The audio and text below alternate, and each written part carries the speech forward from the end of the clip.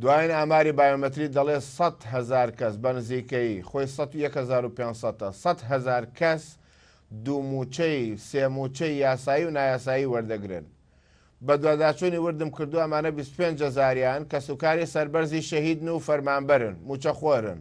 ئەوانە وەکو خۆی دەمێنێت ئیمتیازاتی کە سوکاری شەهیدان وە خۆی دەمێنێ، بەڵام لەمەها کاتیشا فەرمانبەرە و موچەی فەرمانبەری وەرەگرێ.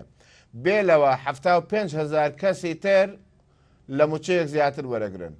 زەربی 9 ملیۆن دیناری کە زەربی 12 مانگ و بۆ 1 ساڵ بۆ دەرەکەوێ کە 400 ملیۆن دۆلار لە خەرجی موچەی حکوومەتی هەرێمە گێڕێتەوە. خاڵێکی تری گرنگ ئەو بەش ئەمەوێ وەکو ژمارە بۆ بەڕێستی باسک. دوایەوەی بایۆمەتری پیادەکراوە 55,000 کەس دەرکەوتووە دووموچەی ناشەرعی وەرەگرن بە فێڵ لە حکوومەت و توێتی موچەم نییە و تەعین کراوە و دامەزراوە و لە شوێنێکی تر موچەیەکی تری هەبووە.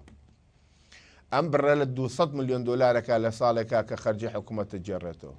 ئێمە هیوادارین بە پەسەندکردنی ئەم یاسایە حکمەتی ئەم یاسایەت جێبەجێکردنەکەیەتی کە حکوومەتی هەرێم سبەینێ ئەبێ ڕێنمایی بۆ دەرکات، ئەبێ لە زووترین کاتە چکە لە مادەیەکی یاساکەدا هاتۆ لە ماوەی 30 ڕۆژە ئەنجومەنی وەزیران دەبێ پەیڕەوێک دەرکات ڕێنماییەک دەرکات بۆ باش جێبەجێکردنی ئەم یاسایە. بۆیە سووری زۆرە هەوڵیشمان داوە کەمترین زیانی هەبێ